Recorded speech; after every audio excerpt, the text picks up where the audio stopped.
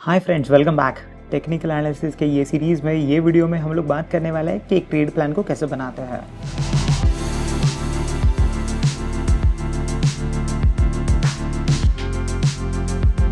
उसके सारे एलिमेंट्स क्या क्या होने चाहिए, क्या क्या चीज़ों को अपने कंसिडर करना चाहिए, इसके ऊपर डिस्कशन करेंगे। और मैं आपको एक ट्रेड प्लान बना के दिखाने वाला हूँ उसके एंट्री एग्जिट रूल्स के साथ। तो लास्ट तक वीडियो को ज़रूर देखिए क्योंकि आपके लिए एक ट्रेड प्लान इसमें अवेलेबल है। सेम आपके लिए एक ट्रेड प्लान बना सकते हो। मैं ये एक मॉडल ट्रेड प्लान आपको दे रहा हूँ, ऐसे आप स्ट्रैटेजीज बनाते हो। ट्रेड प्लान बनाने क्यों ज़रूरी है ये हम लोगों ने ऑलरेडी डिस्कस किया है पिछले वीडियो में कि साइकोलॉजी में और रिस्क मैनेजमेंट में एक प्लान के तौर पे हम लोगों ने डिसिप्लिन ट्रेडर करके ये सब करना चाहिए। तो चलिए हम लोग ये जानते हैं कि ट्रेड प्लान क्यों बनाना चाहिए। पहले तो मुझे ये पता होना चाहिए कि मैं क्या ट्रेड कर रहा हूँ, मैं कौन से एसेट क्लास में ट्रेड कर रहा हूँ। एक कोई ट्रेड प्लान बनाने का सबसे बेसिक स्टेप है, मुझे पता होना चाहिए कि मैं क्या ट्रेड कर रहा हूँ, व्हाट एम आई ट्रेडिंग और वेयर एम आई ट्रेडिंग, कौन से लेवल पे क्यों मैं ट्रेड कर रहा हूँ, ये समझना ज़रूरी है। स्ट्रक्चर क्या है, स्ट्रक्चर बुलिश है बेरिश है। हम लोगों ने बात की थी, हमारा जो फर्स्ट वाला टॉपिक था ना वो स्ट्रक्चर को लेके था। स्ट्रक्चर क्यों इंपॉर्टेंट है, क्योंकि स्ट्रक्चर हमें ट्रेंड बताएगा और ट्रेंड के डायरेक्शन में हम लोग ट्रेड लेने वाले हैं। तो मैं आज आपको ट्रेंड फॉलोइंग स्ट्रैटेजी बताने वाला हूँ। इसीलिए आप जब स्ट्रैटेजीज भी बनाते हो आपको स्ट्रैटेजी को समझना पड़ेगा कि आप स्ट्रैटेजी कौन सी वाली बना रहे हो, ट्रेंड फॉलो कर रहे हो या ट्रेंड के अगेंस्ट ले रहे हो। मेजरली आपकी स्ट्रैटेजीज हमेशा ट्रेंड फॉलोइंग स्ट्रैटेजीज होनी चाहिए, ट्रेंड के डायरेक्शन में होनी चाहिए। बिकॉज आप अगर प्राइमरी ट्रेंड के डायरेक्शन में ट्रेड ले रहे हो तो आपकी probability of making profit already बहुत ज़्यादा है। तो जब हम लोग बोलते हैं कि ट्रेंड के डायरेक्शन में मैं ट्रेड लेने वाला हूँ तो मुझे अभी क्या इंपॉर्टेंट है समझना कि मैं कहाँ पर एंटर करूँगा, क्या मेरा स्टॉप लॉस होगा और क्या मेरा टारगेट होगा। ये चीज़ें कैसे निकलेगी, तो मल्टी टाइम फ्रेम के थ्रू। एक पहला वाला हमारा होगा प्राइमरी टाइम फ्रेम, जहाँ पे मैं आइडेंटिफाई करूँगा कि ट्रेंड मेरे लिए बुलिश है, हायर हाइज है। और एक मेरा होगा लोअर टाइम फ्रेम, जहाँ पे मैं पुल बैक का वेट कर रहा हूँ और पुल बैक आने के बाद एक अच्छे लेवल पे उसको एंटर कर रहा हूँ। तो हम लोग मल्टी टाइम फ्रेम स्ट्रैटेजी बनाने वाले। एक स्ट्रैटेजी मैं आपको बना के बताता हूँ, चार्ट पे अप्लाई करके बताता हूँ। हम लोग एक सेटअप देखते हैं कि चार्ट पे कहीं पे हमें कोई ट्रेड वहाँ पे दिखा था या नहीं। हम लोग बनाने वाले एक swing trading strategy. Swing trading strategy में मेरा प्राइमरी टाइम फ्रेम होगा 4 आवर्स। 4 आवर्स के थ्रू मैं ट्रेंड को एनालाइज करने वाला हूँ। ट्रेंड को कैसे एनालाइज करूँगा, तो मैं इंडिकेटर लगाने वाला हूँ मूविंग एवरेज। कौन सा वाला मूविंग एवरेज ट्रेंड के लिए, तो प्रोबेबली 200 डेज मेरे लिए बहुत अच्छा मूविंग एवरेज है। मूविंग एवरेज एक्सपोनेंशियल में प्लॉट कर देता हूँ और ये मेरे लिए सेटिंग्स में हो जाएगा 200। तो 200 के अगर ऊपर है या नीचे है प्राइस तो मेरे लिए ट्रेंड आइडेंटिफिकेशन बहुत ईजी है। जब प्राइस ये लेवल्स पे नीचे थी पहले, ये सारा स्ट्रक्चर बेरिश था। तो जब स्ट्रक्चर बेरिश है मेरे लिए, अगर मूविंग एवरेज के नीचे है प्राइस, तो मैं ऑब्वियसली 1 आवर टाइम फ्रेम पे जाके, जो मेरा शॉर्ट टाइम फ्रेम है, लोअर टाइम फ्रेम है, वहाँ पे मैं एंट्रीज़ को टाइम करने की कोशिश करूँगा। वहाँ पे मैं बेटर रिस्क के साथ एक 1:2 रिवॉर्ड टारगेट करने की कोशिश करूँगा। तो देखते हैं 1 आवर पे मैंने कौन से 2 इंडिकेटर्स यूज़ करने चाहिए। ये इंडिकेटर्स के बारे में हम लोगों ने ऑलरेडी पिछले वीडियोज़ में पढ़ा है। मैं 2 इंडिकेटर्स यूज़ करने वाला हूँ, वो है RSI और MACD। प्राइमरली आप सिर्फ MACD भी यूज़ कर सकते हो। मैं बताऊँगा हमारा ट्रिगर MACD होगा। तो अभी बस मैं यहाँ पे इंडिकेटर्स लगा देता हूँ। पहला वाला हम लोगों के लिए इंडिकेटर है RSI और सेकंड इंडिकेटर हम लोग लगाने वाले हैं MACD। तो ये मेरा सेटअप रेडी हो चुका है। अभी मैं देखता हूँ कि 4 आवर पे प्राइजेस कब से इसके नीचे थे। तो यहाँ पे प्राइस नीचे आना शुरू हो गई थी, तो प्रोबेबली मैं यहाँ पे एक vertical line time being plot कर देता हूँ। तो ये समझने के लिए कि मुझे इसके बाद ये टाइम के बाद बेरिश ट्रेड लेने थे, तो मैं बस अभी बेरिश ट्रेड्स लेने के लिए 1 आवर टाइम फ्रेम पे जाऊँगा और 1 आवर टाइम फ्रेम पे जब प्राइस रिजेक्ट होगी तब मैं 1 आवर टाइम फ्रेम पे, लोअर टाइम फ्रेम पे, जो मेरा लोअर टाइम फ्रेम है वहाँ पे बेरिश ट्रेड लूँगा। अभी 1 आवर टाइम फ्रेम पे बहुत बार आपको दिखेगा कि शायद प्राइस 200 डेज़ के ऊपर भी गई है। अगर मैं आपको एग्जांपल के तौर पे बताऊं, तो जैसे कि यहाँ पे मेरा ट्रेड 4 आवर्स पे आ चुका था। 4 आवर पे मुझे डायरेक्शन मिल चुका था कि बेरिश है।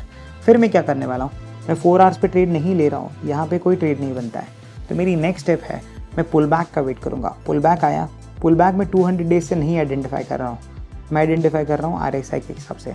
RSI ने यहाँ पे ये अपर बैंड 70 को टच किया, रेजिस्टेंस है मेरे लिए। मैं 1 आवर टाइम फ्रेम पे हूँ। अभी मैं ऑब्जर्व कर रहा हूँ MACD को। MACD का बेरिश सिग्नल यहाँ पे आया है, प्रोबेबली ये वाले कैंडल्स के आसपास। अगर ये वाले कैंडल्स के आसपास MACD का बेरिश सिग्नल आया है, मैं यहाँ पे कहीं पे शॉर्ट्स क्रिएट कर सकता हूँ ये एसेट में, और ये मेरा SL होगा। तो मुझे मेरा SL पता है। अगर मेरा SL यहाँ से इतना है, जो मैं अगर मैं आपको क्वान्टिफाई करके बताऊँ, यहाँ पे प्राइस थी 1,01,115 और हाई प्राइस था 1,02,491। तो लगभग यहाँ पे ऐसा पकड़िए कि $2400 का मेरे पास एक एसएल था। तो मुझे उसमें मोमेंटम कितना चाहिए, तो मुझे उसका 2x मोमेंटम चाहिए। तो 5000 पॉइंट्स तक शायद नीचे आना चाहिए था। तो अगर ये 5000 पॉइंट का मैं टारगेट रखता हूँ, तो इसने यहाँ पे तो पहला वाला एक लेवल हिट किया जो है 96,000 का, तो यहाँ पे शायद 4000 पॉइंट आ गए। बट प्रोबेबली ये धीरे धीरे आपको यहाँ पे 95 के आसपास भी लेके चला गया। तो आपका यहाँ पे टारगेट भी अचीव हुआ 1:2। ये 1:2 रिस्क रिवॉर्ड हमें यहाँ पे मिला है। तो मैंने क्या किया था, MACD के हिसाब से मैंने बस ट्रिगर लिया। बाद में मैं MACD को नहीं फॉलो कर रहा हूँ, बाद में मैं मेरे ट्रेड प्लान को फॉलो कर रहा हूँ। मेरा ट्रेड प्लान क्या था, मुझे एंट्री ट्रिगर लेना था, उसके बाद मेरी रिस्क है और मेरा रिवॉर्ड है। अगर मेरी रिस्क हिट हो जाती है तो दैट इज़ फाइन, ये मेरा SL लेके गया। अगर ये मुझे रिवॉर्ड देके जाता है तो ये मुझे रिवॉर्ड देके गया। मैं ट्रेलिंग इसके बेसिस पे नहीं कर रहा हूँ, मैं ट्रेलिंग अभी कर रहा हूँ मेरे टारगेट या स्टॉप लॉस जो भी हिट होता है पहले उसके बेसिस पे। तो शायद ये वाले लेवल पे हमारे पास 95,000 अवेलेबल था।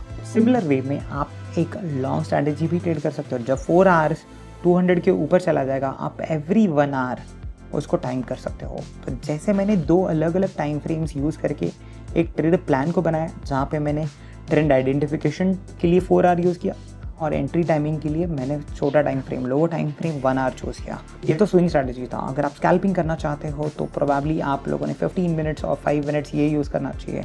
सिमिलरली कोई एक इंडिकेटर उठा लीजिए जहाँ से आप ट्रेंड को आइडेंटिफाई करोगे या प्राइस एक्शन के थ्रू आइडेंटिफाई करोगे, लोअर लोज हायर हाइज, वहाँ से स्ट्रक्चर को आइडेंटिफाई करोगे, या मूविंग एवरेज ले लो।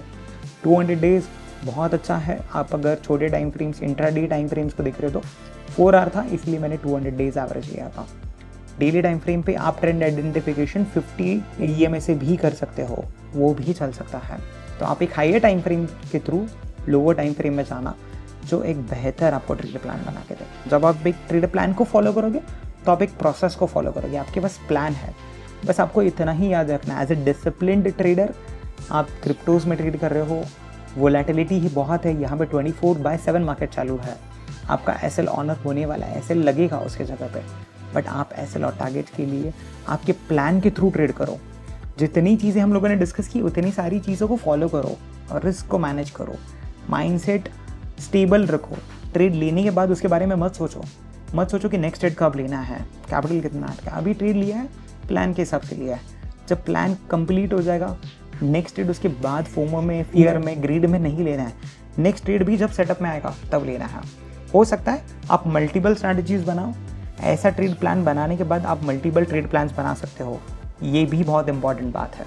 आप डाइवर्सिफाई करो आपकी स्ट्रैटेजीज़ को, फिर आपके कैपिटल को डिवाइड करो अलग अलग स्ट्रैटेजीज़ में। हो सकता है आप 50-50 हज़ार अलग अलग स्ट्रैटेजीज़ में लगाओ, अलग अलग ट्रेड प्लान्स के थ्रू एग्जीक्यूट करो, ये भी पॉसिबल है। ये बस एक आपके लिए गाइडेंस था, आपको एक एग्जाम्पल के तौर पे एक ट्रेड प्लान एक्सप्लेन किया है। ऐसे ही आपको प्लान्स बनाने हैं, आप प्लान्स बनाइए। आप इनफैक्ट हमें बताइए, कमेंट्स कीजिए कि आपने ट्रेड प्लान कौन सा बनाया है। कुछ इश्यूज़ अगर आपको आते हैं तो ज़रूर हम लोग आपको हेल्प करेंगे। ये सीरीज़ यहाँ तक कंप्लीट देखने के लिए थैंक यू सो मच। आपका सपोर्ट और आपके ऐसे ही प्यार से हम लोग ये सीरीज़ आगे भी कंटिन्यू करते रहेंगे। Thank you.